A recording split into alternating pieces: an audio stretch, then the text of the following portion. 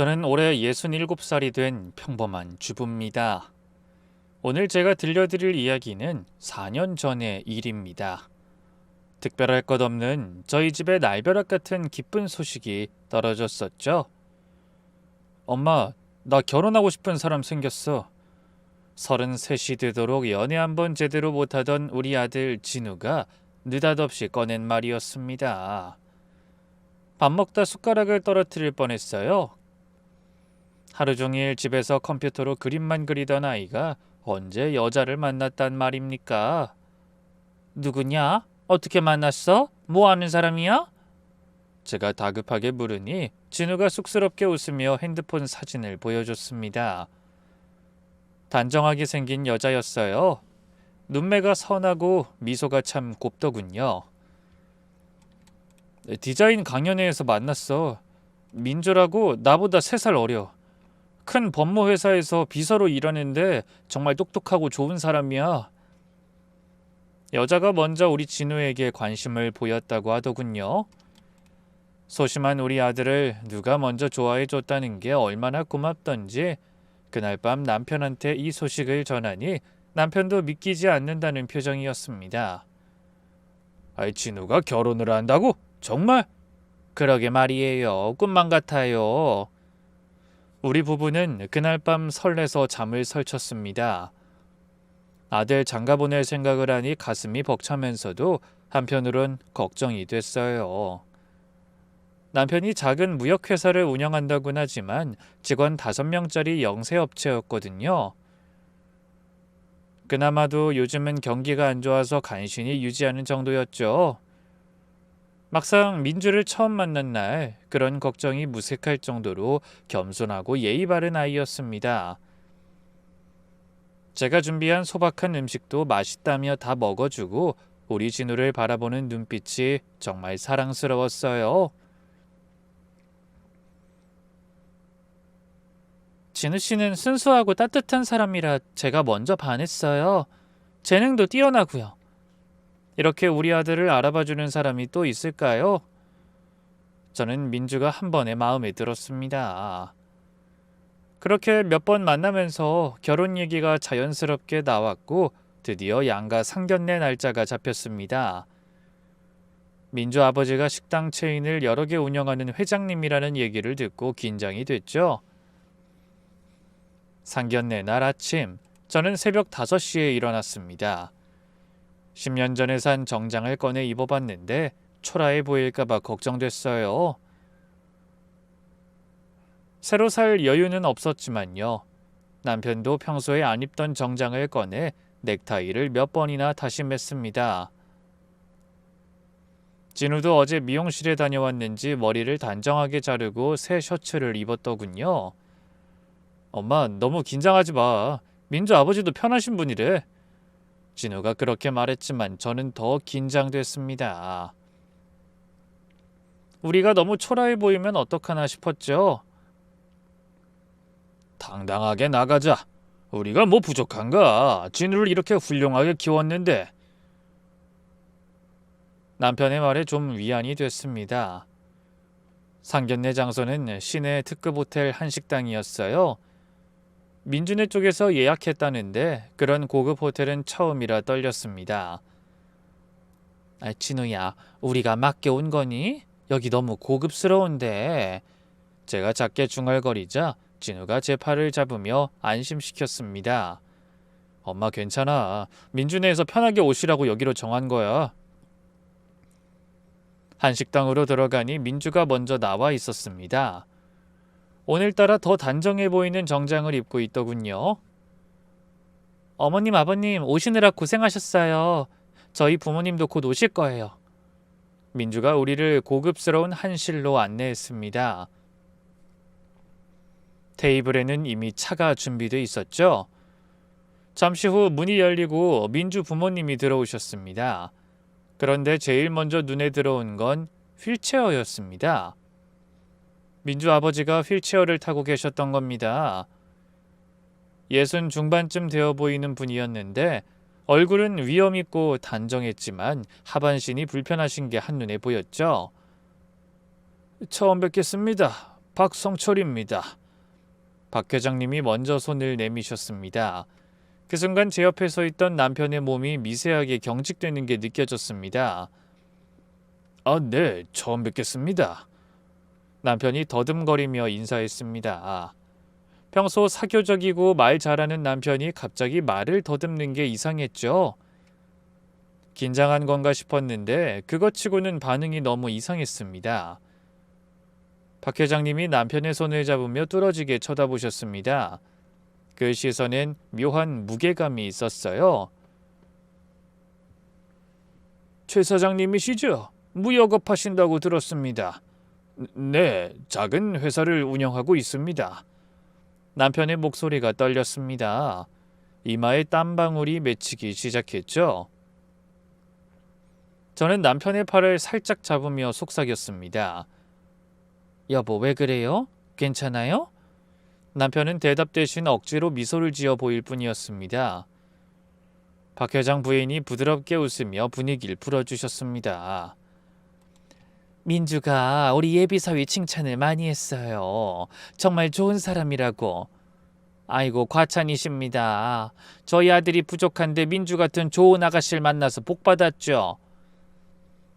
제가 대답하는 동안에도 박 회장님의 시선은 계속 남편에게 고정돼 있었습니다.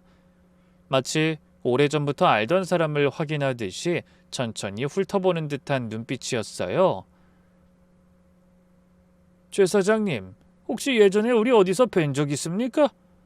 박 회장님의 갑작스러운 질문에 남편이 깜짝 놀랐습니다.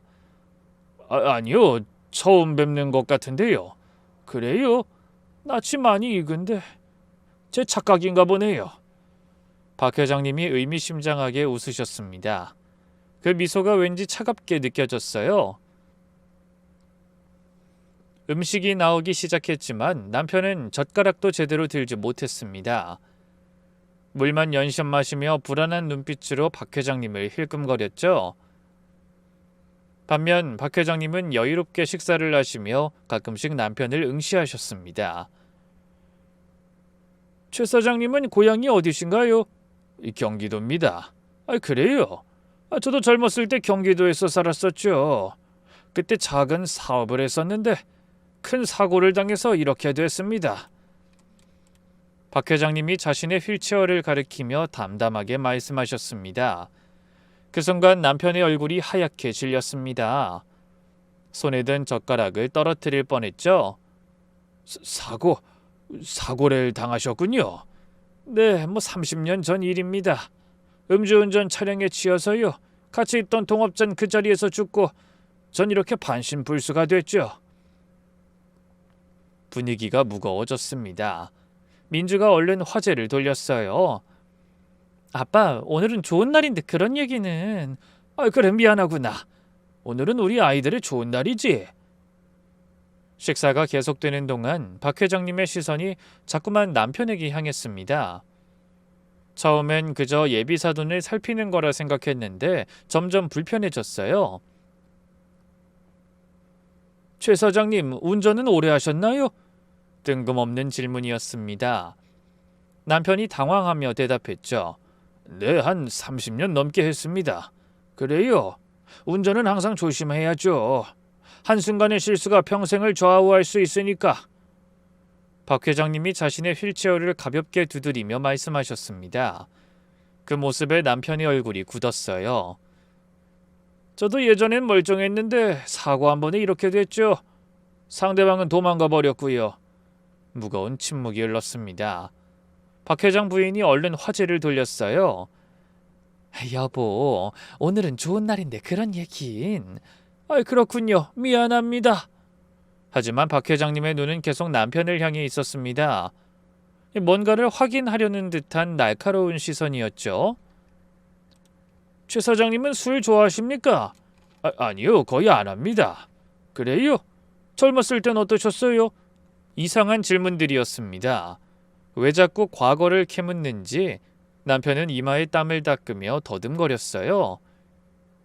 젊었을 때도 별로 안 좋아했습니다. 음주운전 같은 건 당연히 안 하셨겠네요. 당연하죠. 남편의 목소리가 떨렸습니다. 손도 미세하게 떨리고 있었어요. 박 회장님이 물잔을 들어 천천히 마시며 말을 이었습니다. 제가 사고당한 게 30년 전인데 아직도 그 사람 찾고 있어요. 포기할 수가 없더군요. 아직도요? 제가 놀라서 물었습니다. 네, 이 평생이 걸려도 찾을 겁니다. 제 동업자를 죽이고 절 이렇게 만든 사람이니까요. 남편이 물을 마시다가 사례가 들렸습니다. 캑캑거리며 기침을 했죠. 여보 괜찮아요?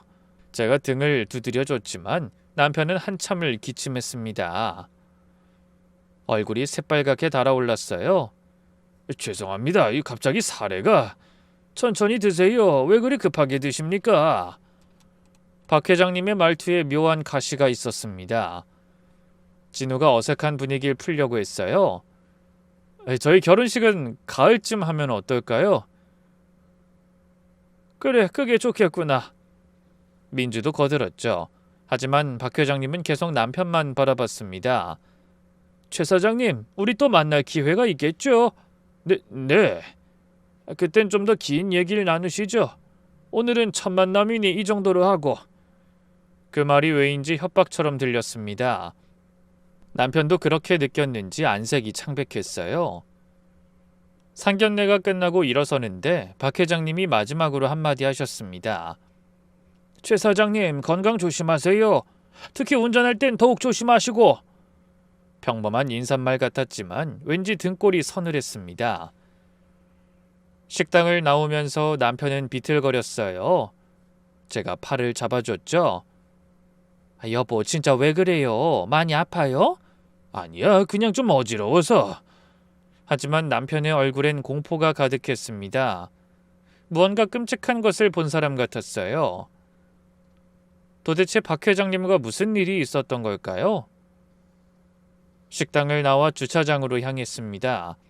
남편은 여전히 비틀거렸고 저는 계속 그를 부축했죠. 민주와 진우는 박 회장님 부부를 모시고 먼저 나갔습니다.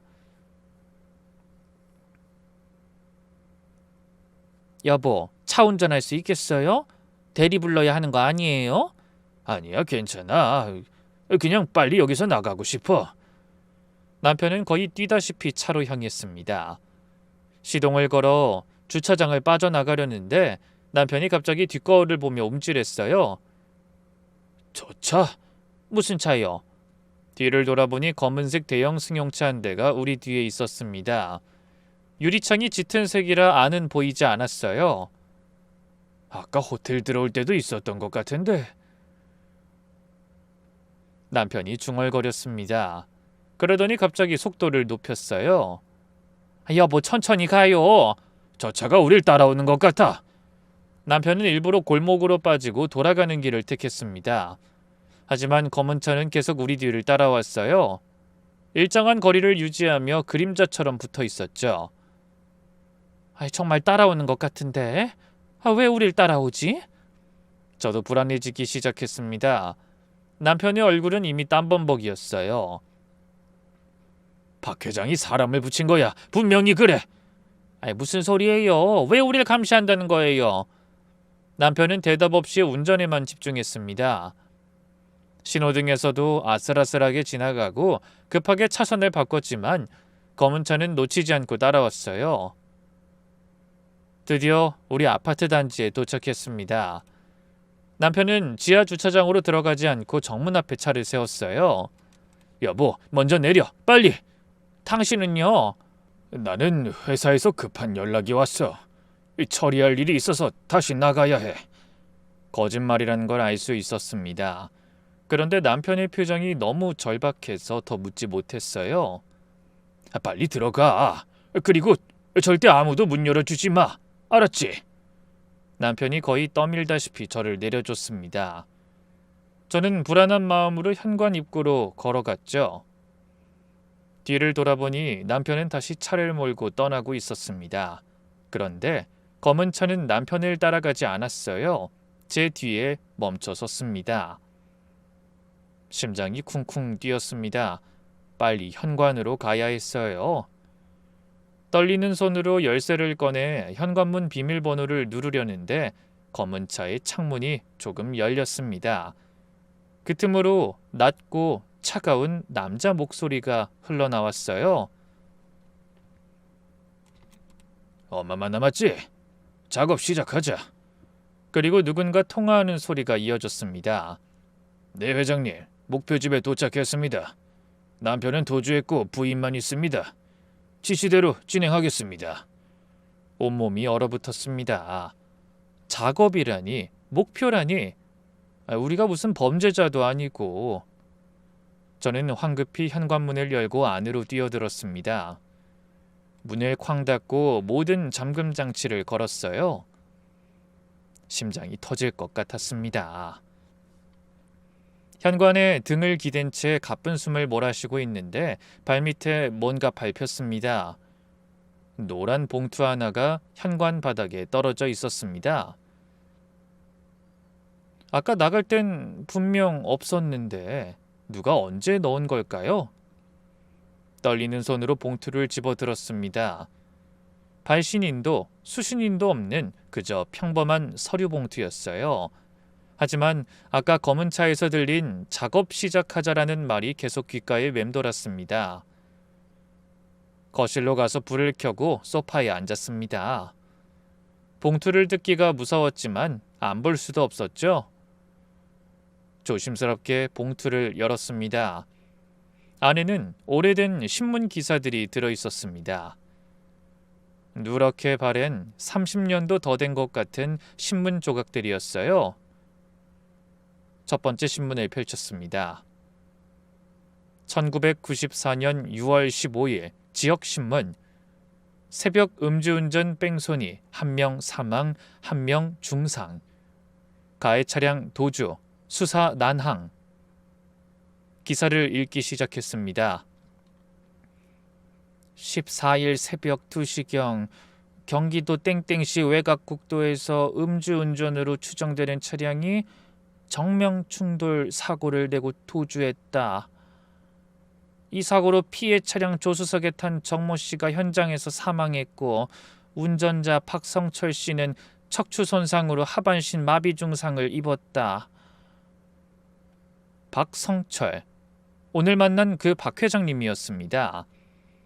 30년 전 이런 끔찍한 사고를 당하셨구나.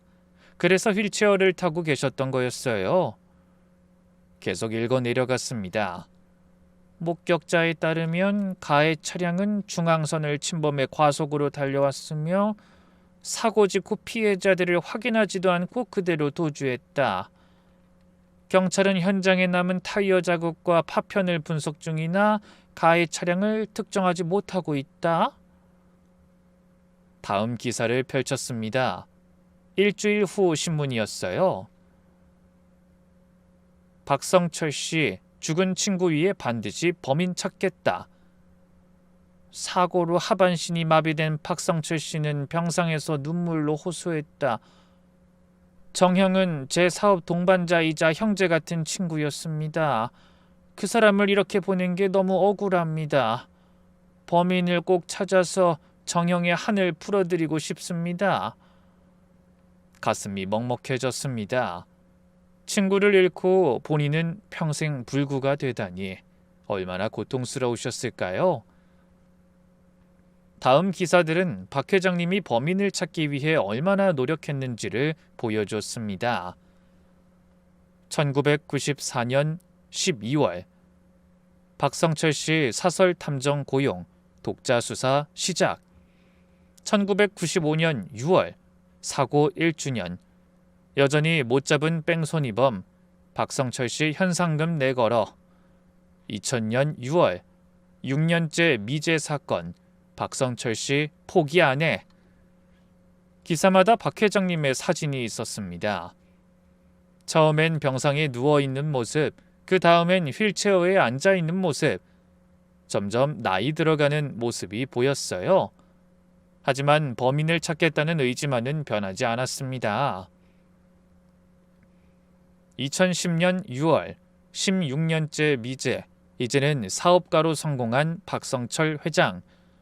외식 사업으로 성공한 박 회장은 돈이 많아진 지금도 그날의 악몽은 잊을 수 없다. 죽기 전에 반드시 진실을 밝히고 싶다고 말했다. 2020년 6월, 26년째 박성철 회장 최첨단 기술로 재수사 시도. 박 회장은 막대한 비용을 들여 당시 현장 증거들을 최신 과학기술로 재분석하고 있다고 밝혔다. 마지막 기사는 재작년 것이었습니다. 2023년 6월, 29년 만에 진전? 박성철 회장 곧 범인 찾을 것. 박 회장 측은 새로운 단서를 확보했다며 조만간 범인을 특정할 수 있을 것이라고 밝혔다.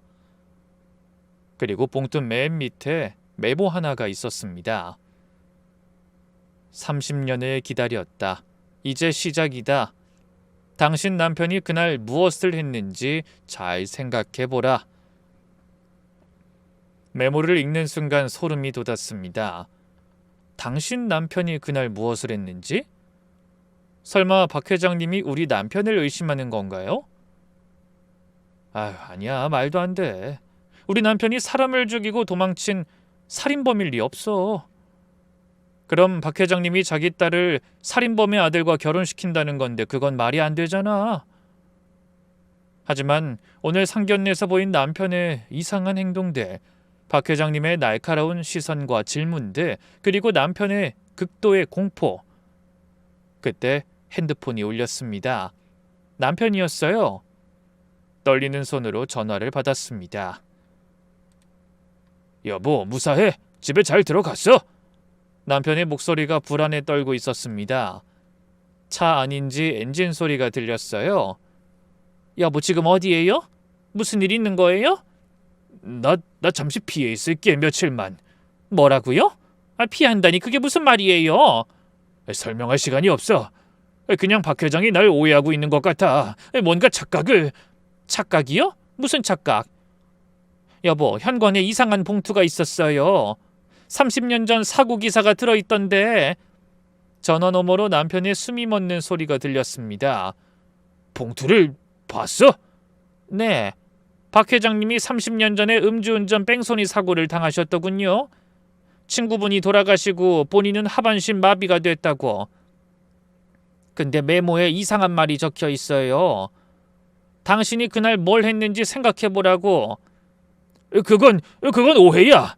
난 그 사고와 아무 관련이 없어. 남편의 목소리가 절박했습니다. 하지만 왜인지 거짓말처럼 들렸어요. 여보, 정말이에요? 1994년 6월 14일 새벽, 당신 어디 있었어요? 긴 침묵이 이어졌습니다. 기억이 안 나.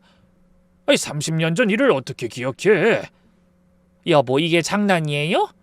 사람이 죽은 사건이라고요. 알아, 나도 알아. 하지만 정말 난 아니야. 박 회장이 미쳐서 30년 동안 범인을 못 찾으니까 아무나 의심하는 거야. 그럼 당당하게 와서 해명하면 되잖아요. 왜 도망치는 거예요? 너는 몰라. 박 회장 같은 사람은 일단 의심하면 끝까지 물고 늘어져. 증거를 조작해서라도 날 범인으로 만들 거야. 말은 그랬지만 남편의 목소리엔 죄책감 같은 게 묻어났습니다. 30년을 함께 산 아내의 직감이었어요. 여보, 혹시 정말... 아니라니까. 제발 날 믿어줘. 난 절대 그런 짓 안 했어. 그때 현관벨이 울렸습니다. 이 시간에 누가 왔을까요? 누구세요? 택배입니다. 받으실 물건 있으세요? 택배? 시킨 것도 없는데. 불안한 마음에 문을 열지 않았습니다. 그냥 문 앞에 놔주세요. 발걸음 소리가 멀어졌습니다. 한참 뒤 문을 열어보니 또 노란 봉투가 놓여 있었어요. 두 번째 봉투였습니다. 여보, 또 봉투가 왔어요. 뭐? 또? 열어보지 마! 하지만 전 이미 봉투를 뜯고 있었습니다. 이번엔 사진들이 들어있었어요. 오래된 흑백 사진들. 첫 번째 사진은 젊은 시절 남편의 모습이었습니다. 정확히 30년 전쯤 되어 보였어요. 술집에서 친구들과 술을 마시는 사진이었죠. 두 번째 사진도 같은 날인 듯 했습니다. 남편이 차키를 들고 있는 모습, 뒤에 날짜가 적혀 있었어요. 1994년 6월 14일. 세 번째 사진은 흐릿했지만 검은색 외제차가 찍혀 있었습니다. 차 옆에 서 있는 사람이 남편처럼 보였어요. 여보, 이 사진들 무슨 사진? 당신이 30년 전에 사고 당일 밤에 술 마시고 차를 운전하려는 사진 같은데? 또다시 침묵. 이번엔 더 길었습니다. 그건 조작이야. 요즘 기술로 얼마든지 조작할 수 있어. 여보, 나 끊어야 해. 박 회장 쪽 사람들이 날 찾고 있어. 며칠만 비에 있을게. 절대 경찰에 연락하지 마. 그럼 더 복잡해져. 여보. 전화가 끊겼습니다. 다시 걸어도 받지 않았어요. 저는 사진들을 다시 들여다봤습니다. 정말 조작일까요? 하지만 젊은 시절 남편의 모습이 너무 생생했어요. 그리고 사고 당일 날짜까지. 마지막 사진 뒤에 또 메모가 있었습니다. 이제 기억나는가? 더 확실한 증거를 원한다면 기다려라. 다음 날 아침 세 번째 봉투가 왔습니다. 이번엔 현관문 두드리는 소리에 잠이 깼어요. 문 밖을 살피니 또 노란 봉투. 이제는 무서우면서도 빨리 확인하고 싶었습니다. 안에는 더 충격적인 자료들이 있었습니다. 첫 번째는 복원된 CCTV 화면이었어요. 최신 인공지능 기술로 복원이라는 메모가 붙어 있었죠. 30년 전이라 화질이 형편없었을 텐데 놀랍도록 선명하게 복원돼 있었습니다. 사고 현장 근처 주유소 CCTV, 검은색 벤츠가 과속으로 지나가는 모습이 찍혀 있었어요. 시간은 새벽 2시 15분, 사고 15분 전이었습니다. 다음 사진은 차량 번호판을 확대한 것이었습니다. 앞 숫자 2자리와 뒤 2자리만 보였어요. 34땡땡67. 그 옆에 또 다른 서류가 있었습니다. 차량 등록증 사본. 1994년 당시 남편 명의로 등록된 검은색 벤츠 번호판은 34가 2067. 숫자가 정확히 일치했습니다. 손이 떨렸어요. 이건 우연일까요? 아니면 다음 서류는 은행 거래 내역이었습니다. 1994년 5월 남편의 부모님이 교통사고로 동시에 사망, 보험금과 유산 합쳐 거액이 입금된 기록이 있었어요. 그리고 6월 14일 사고 당일 강남의 한 술집에서 카드 결제 기록, 금액으로 봐서는 상당히 많이 마신 것 같았습니다. 6월 15일 사고 다음 날 자동차 정비소 결제 기록, 긴급 수리라고 메모가 되어 있었어요. 6월 20일 차량 폐차 신고, 일주일 만에 멀쩡한 벤츠를 폐차했다는 게 이상했습니다. 다음 장엔 당시 정비소 직원의 진술서가 있었습니다. 손님이 새벽에 찾아와서 차 앞부분이 심하게 파손됐다고 했습니다. 뭘 들이받았냐고 물으니까 대답을 피하시더군요. 급하게 현금을 더 줄 테니 기록에 남기지 말고 수리해달라고. 마지막은 보험회사 서류였습니다. 남편이 사고 일주일 후 갑자기 거액의 생명보험에 가입한 기록이 있었어요. 수익자는 저였고요. 그리고 메모가 하나 더 있었습니다. 유산 받자마자 음주운전으로 사람을 죽였다. 죄책감에 가족에게라도 보상하려 했나? 하지만 30년 동안 숨겼다. 이제 확신이 드는가? 저는 힘이 빠져 주저앉았습니다. 정말 우리 남편이 사람을 죽이고 도망쳤단 말인가요? 그리고 30년 동안 나에게도 숨기고 살았다고요? 결혼 전 남편의 과거를 잘 몰랐던 게 사실이었어요. 부모님 일찍 여의고 혼자 사업한다고만 알았지 구체적인 건 묻지 않았죠. 이제 남편의 행동이 모두 이해됐습니다. 박 회장을 보자마자 보인 공포, 도망친 것, 전화로 절박하게 부인한 것까지. 핸드폰이 울렸습니다. 모르는 번호였지만 받지 않을 수 없었어요. 여보세요? 최 사장 부인이시죠? 낮고 차가운 남자 목소리였습니다. 누구세요? 박 회장님 비서입니다. 이제 진실을 아셨으니 선택하셔야 합니다. 남편분이 스스로 자수하게 하든지 아니면 저희가 직접 움직이든지. 아이 그게 무슨... 72시간 드리겠습니다. 그 안에 결정하세요. 그리고 전화가 끊겼습니다. 저는 떨리는 손으로 남편에게 전화를 걸었습니다. 이번엔 받았어요. 여보, 당신 정말 그 사고를... 무슨 자료를 또 받았어? 차량 번호, 폐차 기록, 정비소 다 있어요. 당신이 그날 그랬어요? 긴 침묵 뒤 남편의 울먹이는 목소리가 들렸습니다. 미안해. 평생 죄책감에 살았어. 남편이 범인이라는 사실을 확인한 뒤 저는 온몸에서 힘이 빠졌습니다. 30년간 제 옆에서 잠들었던 사람이 아들의 아버지가 사람을 죽이고 도망친 범죄자였다니. 거실 탁자에 펼쳐놓은 증거들을 다시 한번 훑어봤습니다. 사고 기사, 차량 번호, 폐차 기록, 모든 게 남편을 가리키고 있었어요. 그런데 이해가 안 가는 게 있었습니다.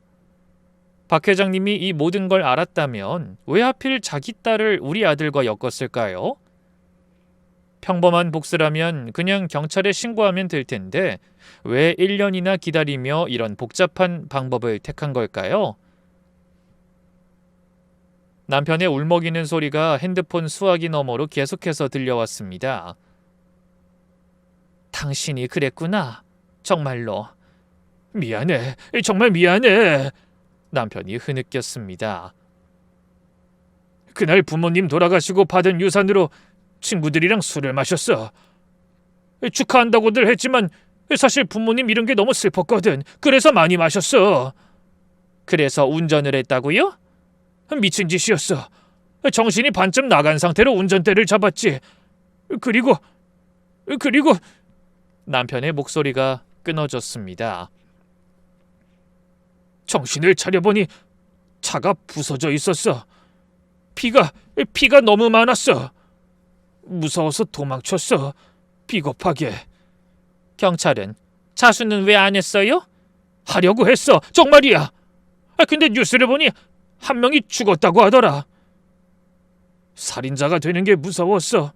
겁쟁이였어. 30년간의 비밀이 쏟아져 나왔습니다. 차를 배차하고 보험에 가입했어. 혹시 잡히면 너라도 먹고 살 수 있게. 그리고 2년 뒤 너를 만났지. 저와 만났을 때도 이미 살인자였던 겁니다. 나한테도 30년 동안 숨긴 거예요? 어떻게 말해? 사랑하는 사람한테 내가 살인자라고. 그래서 더 잘하려고 했어. 속죄하는 마음으로. 속죄? 피해자는 30년 동안 휠체어에서 살았는데 박 회장님이 당신을 찾아냈어요. 그리고 우리 진우까지 이용해서. 뭐? 진우를? 무슨 말이야? 민주가 처음부터 우리 진우한테 의도적으로 접근한 것 같아요. 복수를 위해서. 아니야, 그럴 리가. 생각해봐요. 박 회장님이 단순히 당신을 감옥 보내려면 진작했겠죠. 우리 가족 전체를 망가뜨리려는 거예요. 그제야 남편도 이해한 듯 했습니다. 우리 진우가 나 때문에. 이제 어떡할 거예요? 72시간 안에 자수하라는데. 자수하면 진우는 어떻게 되지? 살인자 아들이라고 손가락질 받을 텐데. 그래도 당신이 저지른 죄잖아요. 알어. 남편은 한참을 흐느꼈습니다. 제 눈에도 눈물이 고였습니다. 하지만 진우만은 지켜야 해. 그 아이는 아무 죄가 없잖아. 저도 그게 걱정이었습니다. 아버지가 30년 전 살인범이었다는 게 밝혀지면 진우의 인생은 어떻게 될까요? 게다가 사랑하는 사람이 처음부터 복수를 위해 접근했다는 걸 알면 일단 72시간이 있으니까 그 안에 방법을 찾아봐요. 그래, 그래야지. 전화를 끊고 저는 머리를 감쌌습니다. 남편의 죄는 분명 갚아야 합니다. 하지만 죄 없는 우리 아들까지 파멸시킬 수는 없었어요. 어떻게든 진우만은 지켜야 했습니다. 밖이 어두워지고 있었습니다. 72시간의 첫날이 저물어가고 있었죠. 다음 날 아침, 뜬 눈으로 밤을 새운 저는 거실 소파에 멍하니 앉아 있었습니다. 72시간 중 하루가 지났습니다. 진우는 어제부터 계속 연락이 없었어요. 일이 바쁜가 보다 생각했는데 왠지 불안했습니다. 혹시 뭔가 눈치챈 건 아닐까요? 그때 핸드폰이 울렸습니다. 화면을 보니 민주였어요. 여보세요? 어머니, 저 민주예요. 목소리가 평소와 달랐습니다. 밝고 상냥하던 목소리가 아니라 뭔가 무거운 게 눌려있는 듯한 톤이었어요. 민주야, 무슨 일이니? 어머니, 우리 만나야 할 것 같아요. 심장이 쿵 내려앉았습니다. 전화로는 말씀드리기 어려운 얘기예요. 직접 뵙고 싶어요. 불안감이 밀려왔습니다. 민주도 역시 모든 걸 알고 있는 걸까요? 아버지인 박 회장님이 딸에게 전부 이야기했던 걸까요? 진우도 같이 오니? 아니요. 진우 씨는 모르는 일이에요. 앞으로도 모르는 게 나을 것 같고요. 역시 민주도 알고 있었습니다. 제 손이 떨리기 시작했죠. 그래, 언제 어디서 만날까? 오늘 오후 2시 호텔 커피숍은 어떠세요? 상견례 했던 그 호텔이요. 왜 하필 그곳일까요? 모든 게 시작된 그곳을 다시 가야 한다니. 알았어. 근데 민주야, 내 어머니. 넌 언제부터 알고 있었니? 짧은 침묵이 흐른 뒤 민주가 대답했습니다. 그건 만나서 말씀드릴게요. 그대로 전화가 끊어졌습니다. 저는 가슴을 쓸어내렸어요. 민주가 무슨 말을 하려는 걸까요? 혹시 진우와 헤어지겠다고 할까요? 아니면 더 무서운 요구를 할까요? 생각할수록 불안했습니다. 우리 진우가 얼마나 민주를 사랑하는데 만약 민주가 떠난다면, 그것도 이런 끔찍한 이유로 떠난다면 진우는 견딜 수 있을까요? 남편에게 전화를 걸었습니다.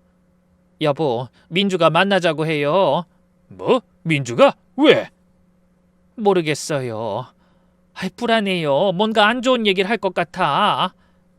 혹시 돈을 요구하려는 건 아닐까? 돈이요? 박 회장이 우리 재산을 노리는 걸 수도 있어. 민주를 통해서. 그럴 수도 있겠다는 생각이 들었습니다. 복수의 일환으로 우리 전 재산을 빼앗으려는 것일 수도. 어떻게 하죠? 일단 만나봐. 그리고 무슨 얘기하는지 들어봐. 녹음도 하고. 녹음이요? 혹시 모르니까 나중에 증거가 필요할 수도 있어. 남편의 말이 맞는 것 같았습니다. 저는 핸드폰 녹음 기능을 확인했어요. 시계를 봤습니다. 오전 11시. 3시간 뒤면 민주를 만나야 합니다. 무엇을 준비해야 할까요? 무슨 말을 해야 할까요? 그리고 민주가 요구하는 게 있다면 들어줘야 할까요? 정말 머리가 복잡했습니다. 하지만 한 가지는 분명했어요. 우리 진우만은 지켜야 한다는 것. 옷을 갈아입으며 거울을 봤습니다. 하룻밤새 몇 년은 늙은 것 같았어요. 제발 진우만은 지켜주세요. 마음속으론 간절히 기도했습니다. 호텔 커피숍에 도착했을 때 민주는 이미 와서 기다리고 있었습니다. 구석된 자리에 앉아있는 모습이 왠지 초췌해 보였어요. 어머니 오셨어요. 민주가 일어나 인사했습니다. 평소에 생기 넘치던 얼굴이 아니었어요. 눈가가 붓고 안색이 창백했죠. 민주야, 많이 힘들어 보이는구나. 제가 자리에 앉자 민주도 따라 앉았습니다. 커피를 주문한 뒤 한동안 침묵이 이어졌어요. 어머니, 먼저 사과드려야 할 것 같아요. 민주가 고개를 숙였습니다. 저는 처음부터 진우 씨한테 진심이 아니었어요. 가슴이 철렁했지만 침착하게 들었습니다. 그래, 네 아버지가 시킨 거니? 민주가 고개를 들었습니다. 눈에 눈물이 고여 있었어요. 아버지가 작년에 저를 불러서 말씀하셨어요. 30년 만에 원수를 찾았다고. 그 집에 나와 비슷한 나이의 아들이 있다고. 그래서 처음엔 거부했어요. 모르는 사람한테 일부러 접근해서 거짓 연애를 하라니 너무 끔찍했거든요. 민주가 떨리는 손으로 물잔을 들었습니다. 하지만 아버지의 눈을 보니 거절할 수 없었어요. 30년 동안 휠체어에 갇혀서 오직 복수만 생각하며 사신 분이에요. 친구를 잃고 다리를 잃고 모든 걸 잃으신 분이. 그래서 네가 희생하기로 한 거야? 희생이라고 생각했어요. 처음엔. 그냥 아버지 원한을 풀어드리는 거라고. 민주가 눈물을 닦았습니다. 디자인 강연회에 일부러 갔어요. 진우 씨가 온다는 정보를 미리 입수해서. 그리고 먼저 말을 걸었죠. 작품이 인상적이라고. 근데 어머님, 정말 이상한 일이 일어났어요. 민주의 목소리가 바뀌었습니다.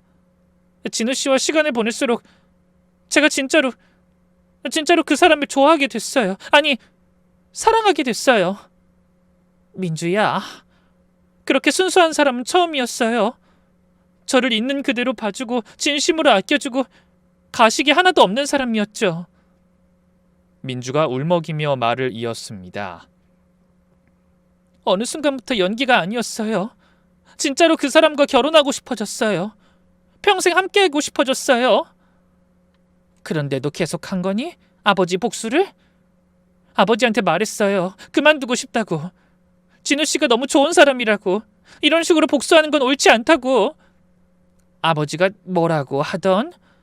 민주가 한숨을 쉬었습니다. 화를 내셨어요. 30년을 기다렸는데 감정에 휘둘리냐고.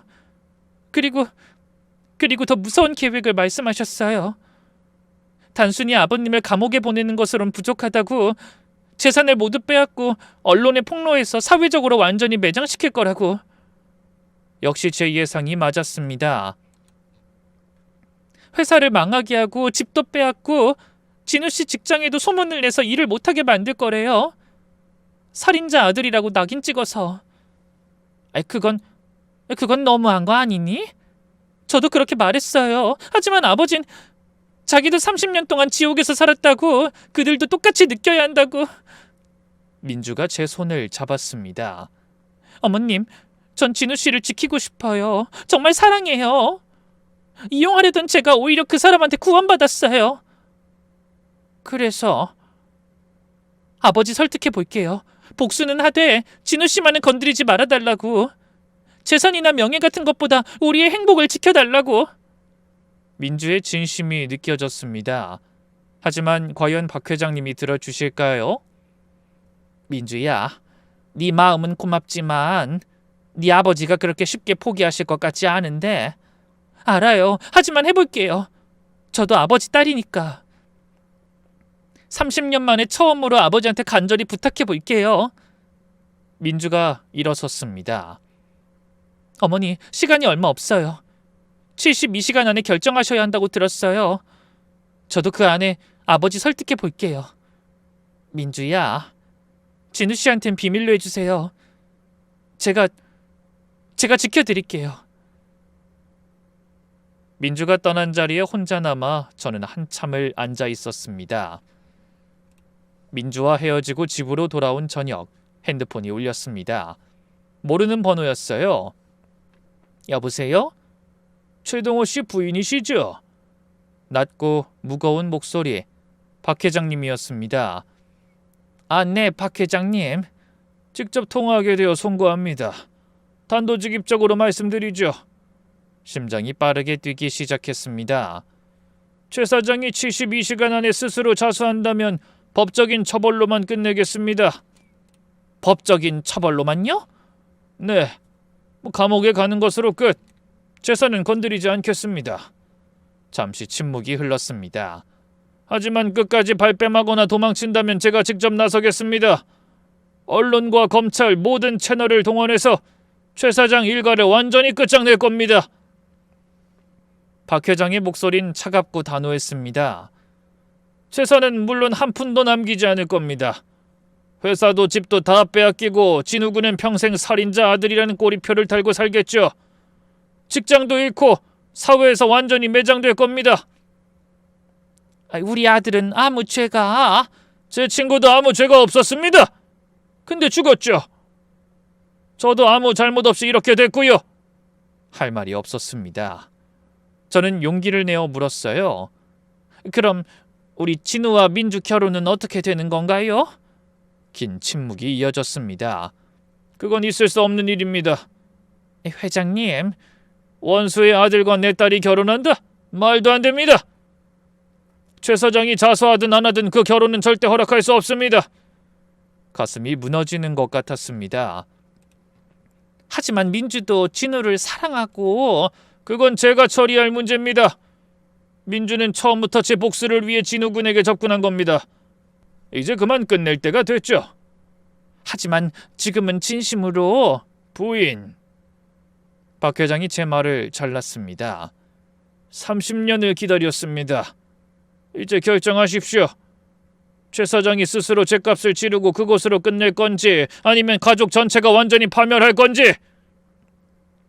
72시간이라고 하셨죠? 네, 72시간. 그 안에 자수하지 않으면 전 가진 모든 힘을 동원할 겁니다.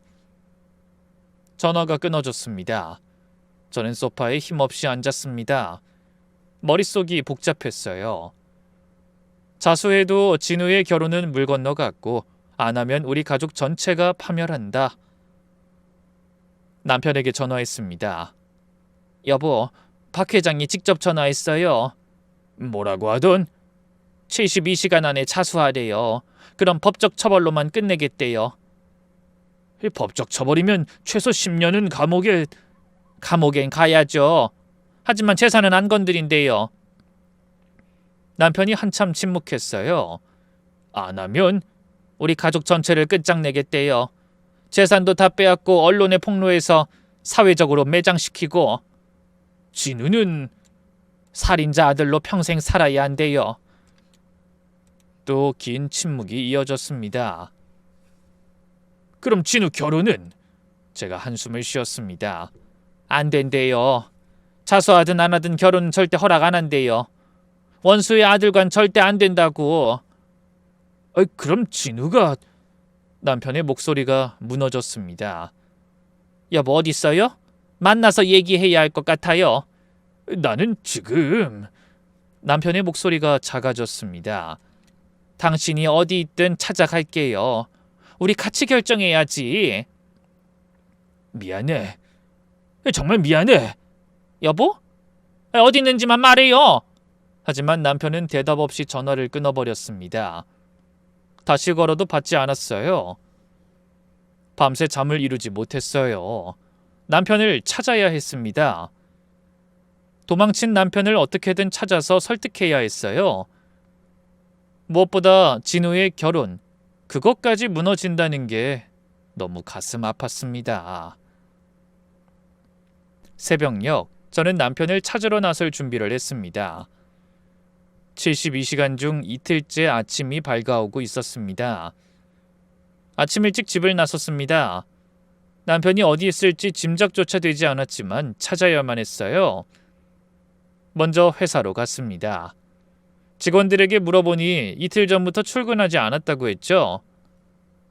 급한 일이 있다며 연락도 끊겼다고요.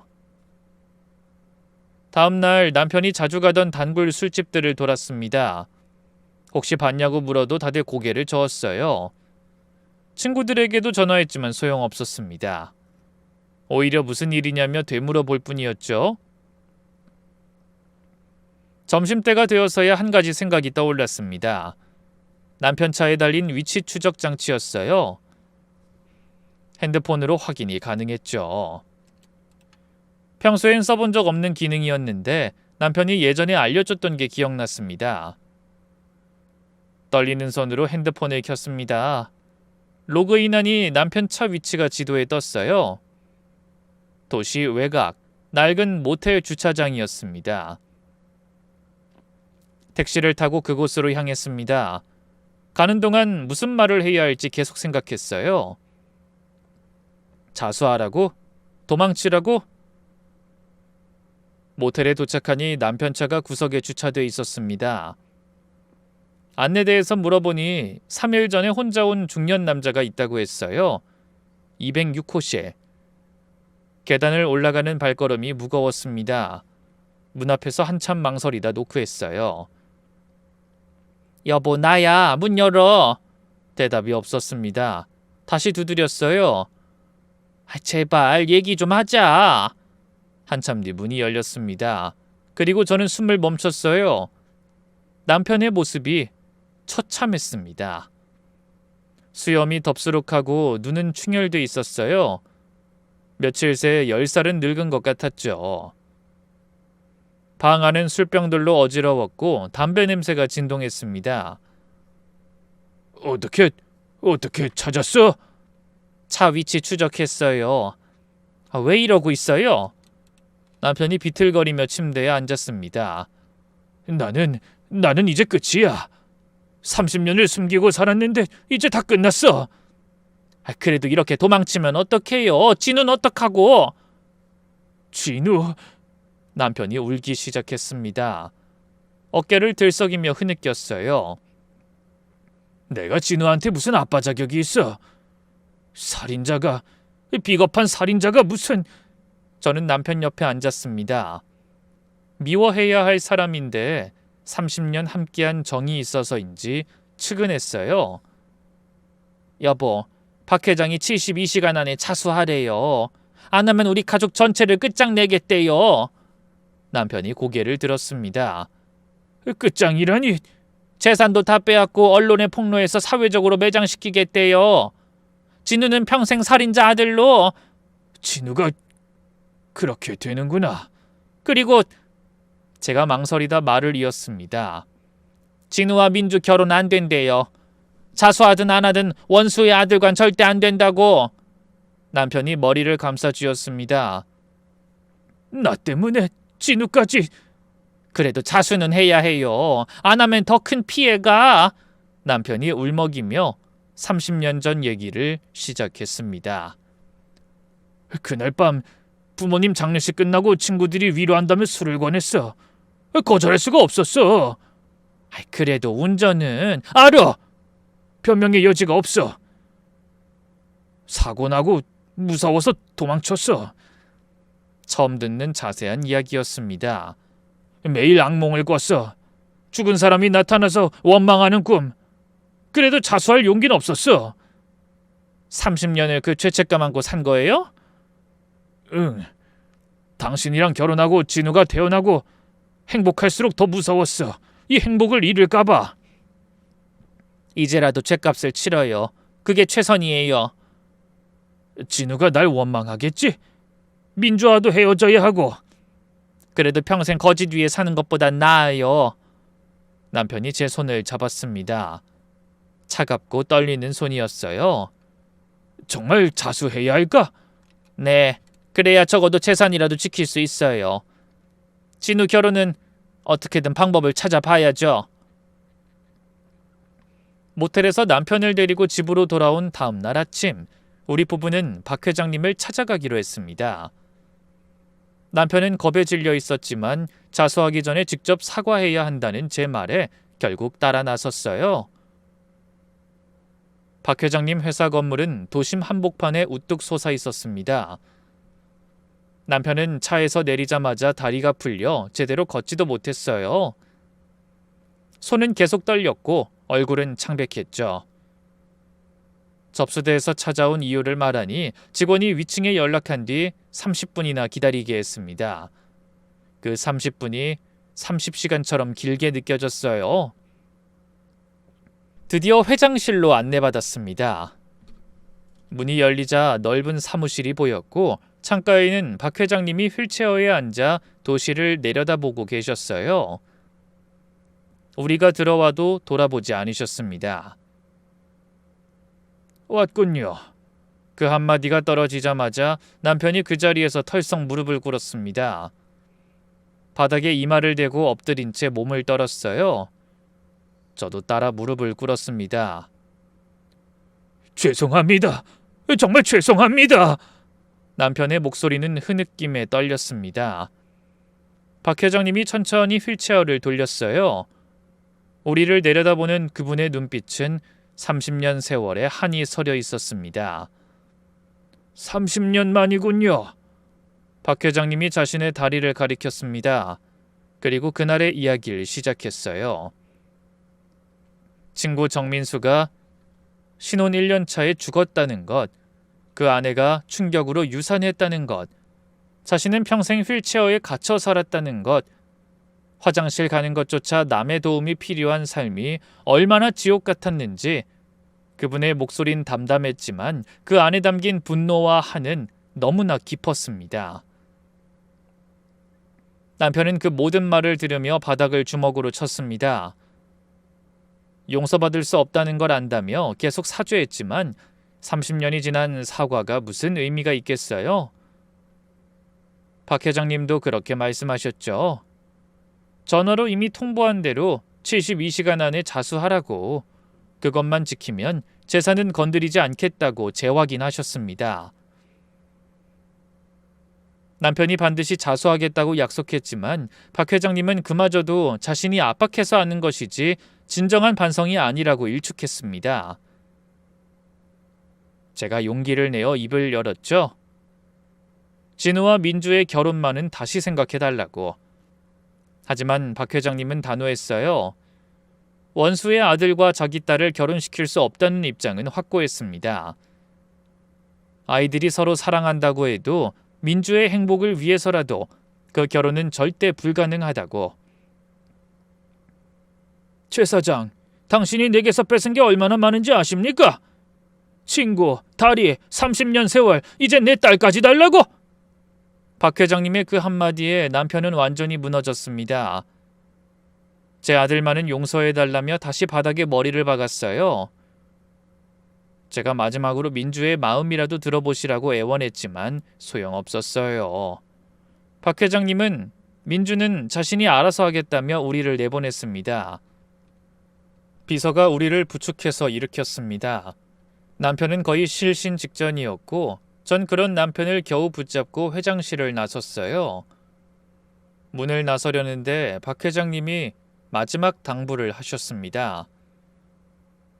자수하겠다는 약속을 꼭 지키라는 것과 진우에게 모든 진실을 알리라는 것, 그래야 그 아이도 현실을 받아들일 거라고. 회사 건물을 나와 차에 오른 남편은 한참을 울었습니다. 자기 때문에 진우의 인생이 망가졌다며 자책했어요. 하지만 이미 엎질러진 물이었습니다.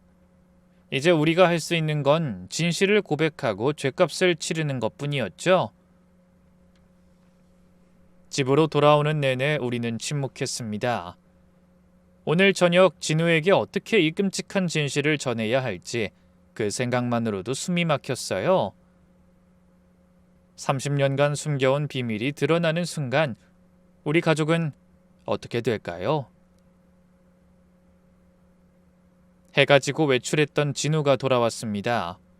현관문을 열고 들어오는 아들의 얼굴이 평소보다 어두웠어요. 엄마, 민주가 요즘 계속 이상해요. 오늘도 울기만 하고. 민주도 아버지로부터 뭔가 들었나 봅니다. 진우는 불안한 표정으로 우리를 바라봤어요. 부모의 무거운 표정을 본 아들이 조심스럽게 물었습니다. 무슨 일 있어요? 혹시 상견례 일로 제 결혼 반대하시는 건 아니죠? 남편과 저는 서로를 바라봤습니다. 더는 미룰 수 없었어요. 진우야, 앉아봐. 할 얘기가 있어. 진우가 거실 소파에 앉았습니다. 남편이 입을 열기까지 한참이 걸렸어요. 떨리는 목소리로 30년 전 이야기를 시작했습니다. 부모님이 돌아가신 직후였다는 것, 술에 취해 운전을 했다는 것, 사고를 내고 도망쳤다는 것, 한 사람이 죽고 한 사람은 평생 불구가 됐다는 것. 진우의 얼굴에서 혈색이 빠져나갔습니다. 믿을 수 없다는 표정으로 아버지를 쳐다봤죠. 그리고 더 충격적인 사실, 그 피해자가 바로 민주의 아버지 박 회장이라는 것. 그럼 민주 아버지가... 진우의 목소리가 떨렸습니다. 모든 퍼즐이 맞춰지는 순간이었어요. 왜 상견례에서 박 회장님이 그렇게 이상하게 굴었는지, 왜 민주가 요즘 계속 울었는지. 민주는 처음부터 알고 있었어요? 제가 고개를 끄덕였습니다. 처음엔 복수를 위해 접근했지만 지금은 진심으로 사랑한다는 것도 덧붙였죠. 하지만 진우의 눈빛은 이미 모든 것을 잃은 사람의 것이었습니다. 그래서 우리 결혼이 안 되는 거예요? 박 회장님이 절대 허락하지 않으신데. 진우가 자리에서 벌떡 일어났습니다. 분노와 절망이 뒤섞인 얼굴로 아버지를 쏘아봤어요. 왜 이제 와서, 왜 하필 지금... 그리고는 아무 말 없이 자기 방으로 들어가 문을 쾅 닫아버렸습니다. 곧이어 방 안에서 무언가 부서지는 소리가 들렸어요. 남편은 고개를 떨구고 흐느꼈고 저는 그저 멍하니 앉아있을 수밖에 없었습니다. 우리 가족의 평화로운 저녁은 이렇게 산산조각이 났습니다. 30년간 숨겨온 진실이 드러나는 순간 모든 것이 무너져 내렸어요. 내일 남편은 자수를 해야 하고 진우는 사랑하는 사람과 헤어져야 합니다. 이 모든 게 30년 전 그날 밤 남편이 저지른 한순간의 실수 때문이었습니다. 밤은 깊어갔지만 진우 방에서는 계속 소리가 들렸습니다. 울음소리인지 물건을 부수는 소리인지 저는 문 앞에 서서 노크도 하지 못한 채 그저 서 있었어요. 어떤 위로의 말도 소용없을 것 같았습니다. 72시간이 거의 끝나가고 있었습니다. 내일 아침이면 남편은 경찰서로 가야 하고 우리 가족은 완전히 다른 삶을 살게 될 것입니다. 진우가 방에 들어간 뒤 우리 부부는 밤새 거실에 앉아 있었습니다. 남편은 내일 자수를 앞두고 넋이 나가 있었고 저는 아들 방문만 바라보고 있었죠. 새벽 3시쯤 진우가 방에서 나왔습니다. 눈이 퉁퉁 부어 있었고 머리는 헝클어져 있었어요. 아무 말 없이 현관으로 향하는 아들을 불렀지만 돌아보지도 않고 나가버렸습니다. 민주 만나러 가는 것 같아. 막아야 하는 거 아닐까? 남편이 힘없이 말했습니다. 막을 수 없어요. 직접 확인해야 받아들일 거예요. 우리는 아들이 돌아오기만을 기다렸습니다. 창밖이 점점 밝아오고 있었어요. 72시간의 마지막 날 아침이 다가오고 있었죠. 6시가 넘어서야 진우가 돌아왔습니다. 옷이 축축했고 얼굴은 더 부어 있었어요. 거실에 털썩 주저앉은 아들이 힘겹게 입을 열었습니다. 민주 만나고 왔어요. 우리는 조용히 기다렸습니다. 민주가 다 알고 있었대요. 처음부터. 박 회장님이 시켜서 저한테 접근했다고. 진우의 목소리가 떨렸습니다. 그런데 진심으로 사랑하게 됐대요. 복수는 잊고 싶다고, 저랑 함께하고 싶다고. 눈물이 진우의 볼을 타고 흘러내렸어요. 박 회장님도 만났어요. 우리 부부가 놀라 진우를 봤습니다. 무릎 꿇고 빌었어요. 민주를 포기할 수 없다고. 아빠 죄는 제가 평생 갚겠다고. 남편이 고개를 떨궜습니다. 진우가 말을 이었어요. 박 회장님이 처음엔 단호히 거절했다고 했습니다. 원수의 아들과는 절대 안 된다고. 하지만 민주가 아버지를 설득했다고 했어요. 30년간 복수만 생각하며 사셨지만 이제는 딸의 행복을 생각해달라고. 진우와의 사랑이 진심이라고. 그 새벽 박 회장의 집에서는 아버지와 딸의 긴 대화가 있었던 모양입니다. 민주는 30년간 아버지 곁에서 그 고통을 지켜봤지만 이제는 복수가 아닌 용서를 택해달라고 간청했다고 했어요. 결국 박 회장님이 조건을 제시했다고 합니다. 남편이 출소할 때까지 결혼을 미룰 것, 매년 돌아가신 분의 기일에 함께 성묘할 것. 그래서 기다리기로 했어요. 진우가 우릴 봤습니다.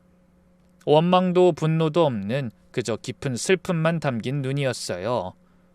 아빠가 몇 년이 걸리든 기다릴 거예요. 민주와 함께. 남편이 아들 앞에 무릎을 꿇었습니다. 진우야, 미안하다. 정말 미안하다. 진우가 아버지를 일으켜 세웠습니다. 이제 자수하러 가야죠. 시간 얼마 안 남았어요. 우리는 옷을 갈아입고 경찰서로 갈 준비를 했습니다. 진우도 함께 가겠다고 했죠. 가족으로서 마지막 길을 함께 하겠다고. 현관을 나서려는데 초인종이 울렸습니다. 문을 열자 민주가 서 있었어요. 저도 같이 가도 될까요? 민주의 눈도 부어 있었습니다. 하지만 단호한 표정이었어요. 이제 우리도 가족이 될 거니까요. 몇 년이 걸리든. 진우가 민주의 손을 잡았습니다. 그 모습을 보며 생각했어요. 30년 전 그날의 비극이 이렇게 이어졌지만 이 아이들은 증오가 아닌 사랑을 선택했구나. 용서는 쉽지 않겠지만 적어도 미래는 있구나. 우리는 모두 함께 경찰서로 향했습니다. 아침 햇살이 거리를 비추고 있었어요. 72시간이 끝나가고 있었고 새로운 시작이 기다리고 있었습니다. 박 회장님은 끝내 우리를 용서하지 않았지만 딸의 선택은 존중하기로 했다고 들었습니다. 30년 만의 복수보다 딸의 행복을 택한 거였죠. 그것만으로도 감사했습니다. 경찰서에서 남편이 자수하던 날을 저는 평생 잊지 못할 겁니다. 떨리는 목소리로 30년 전 그날 밤을 고백하는 남편. 그 옆에서 아버지를 지켜보는 진우. 진우의 손을 꼭 잡고 있던 민주. 우리는 그렇게 새로운 시작 앞에 서 있었습니다. 재판은 생각보다 빨리 진행됐습니다. 남편이 모든 죄를 인정하고 진심으로 반성하는 모습을 보였고 자수한 점, 30년이 지난 사건이라는 점이 참작됐어요. 무엇보다 피해자인 박 회장님 측에서 처벌보다는 진정한 반성을 원한다는 의견서를 제출한 것이 큰 영향을 미쳤습니다. 검사는 징역 10년을 구형했지만 판사는 징역 5년을 선고했습니다. 자수와 피해자 측 의견을 최대한 반영한 결과였죠. 모범수로 복역하면 3, 4년 만에 나올 수 있다는 변호사의 말에 그나마 위안을 삼았습니다. 남편이 수감되던 날 진우가 아버지를 꼭 안았습니다. 원망 대신 기다릴게요 라는 한마디를 남겼죠. 남편은 그 말에 어깨를 들썩이며 울었습니다. 그 후 우리의 삶은 완전히 달라졌습니다. 저는 박 회장님과의 약속대로 매달 정민수 씨 묘지를 찾았어요. 처음엔 박 회장님도 계셨지만 나중엔 저 혼자 가는 날이 많아졌습니다. 교통사고 피해자 가족을 위한 봉사활동도 시작했죠. 속죄의 마음으로 시작했지만 점차 진정한 위로의 의미를 알게 됐습니다. 진우와 민주는 결혼을 미뤘지만 헤어지진 않았습니다. 오히려 더 단단해졌어요. 민주는 거의 매일 우리 집에 왔고 저를 어머니라 불렀습니다. 처음엔 어색했지만 이젠 진짜 딸 같아요. 1년이 지났을 때 박 회장님이 절 부르셨습니다. 여전히 차가우셨지만 예전의 살벌함은 없었어요. 진우군이 매주 우리 집에 와서 제 휠체어 밀어줍니다. 진우가요? 제가 거절해도 막무가내더군요. 아버지의 죄를 대신 갚겠다면서. 박 회장님의 목소리에 미세한 온기가 느껴졌습니다. 완전한 용서는 아니지만 적어도 진우는 받아들이신 것 같았어요. 2년째 되던 해, 남편에게서 편지가 왔습니다. 교도소에서 목공 기술을 배우고 있다고, 나오면 정직하게 일하며 살겠다고 했어요. 진우는 매달 아버지를 면회 갔고 민주도 가끔 동행했습니다. 3년째, 남편이 모범수로 가석방 심사 대상이 됐습니다. 박 회장님께 연락드렸더니 의외의 답이 왔어요. 반대하지 않겠습니다. 충분히 반성했다고 봅니다. 결국 남편은 3년 6개월 만에 출소했습니다. 많이 야위었지만 눈빛은 예전보다 맑았어요. 교도소 문 앞에는 우리 가족뿐 아니라 민주도 있었습니다. 아버님, 돌아오신 거 환영해요. 민주의 그 한마디에 남편은 또 울었습니다. 출소 6개월 후 드디어 진호와 민주의 결혼식이 열렸습니다. 화려하지 않은 작은 결혼식이었어요. 박 회장님은 휠체어에 앉아 딸의 손을 진우에게 넘겨줬습니다. 완전한 축복은 아니었지만 그래도 허락이었습니다. 신혼여행을 떠나는 두 사람을 배웅하며 생각했습니다. 30년 전 그날의 비극이 이렇게까지 이어질 줄 누가 알았을까요? 하지만 증오의 사슬은 사랑으로 끊어낼 수 있다는 것도 배웠습니다. 지금 남편은 작은 목공소에서 일하고 있습니다. 큰 돈은 못 벌지만 정직하게 살고 있어요. 매년 정민수 씨 기일에는 온 가족이 함께 성묘를 갑니다. 박 회장님도 이젠 우리를 그렇게 차갑게 대하지 않으십니다. 며칠 전 민주가 임신 소식을 알려왔습니다. 박 회장님도 처음으로 미소를 지으셨다고 해요. 새 생명은 또 다른 시작이겠죠. 용서는 쉽지 않습니다. 박 회장님은 여전히 남편을 용서하지 않으셨고 앞으로도 그럴 겁니다. 하지만 적어도 우리는 과거에 묶여있지 않고 앞으로 나아가고 있습니다. 한 걸음씩 천천히 함께. 이것이 제 이야기입니다. 30년 전의 비극으로 시작됐지만 사랑과 용서로 맺어진 이야기. 완벽하지 않지만 진실한 우리 가족의 이야기입니다.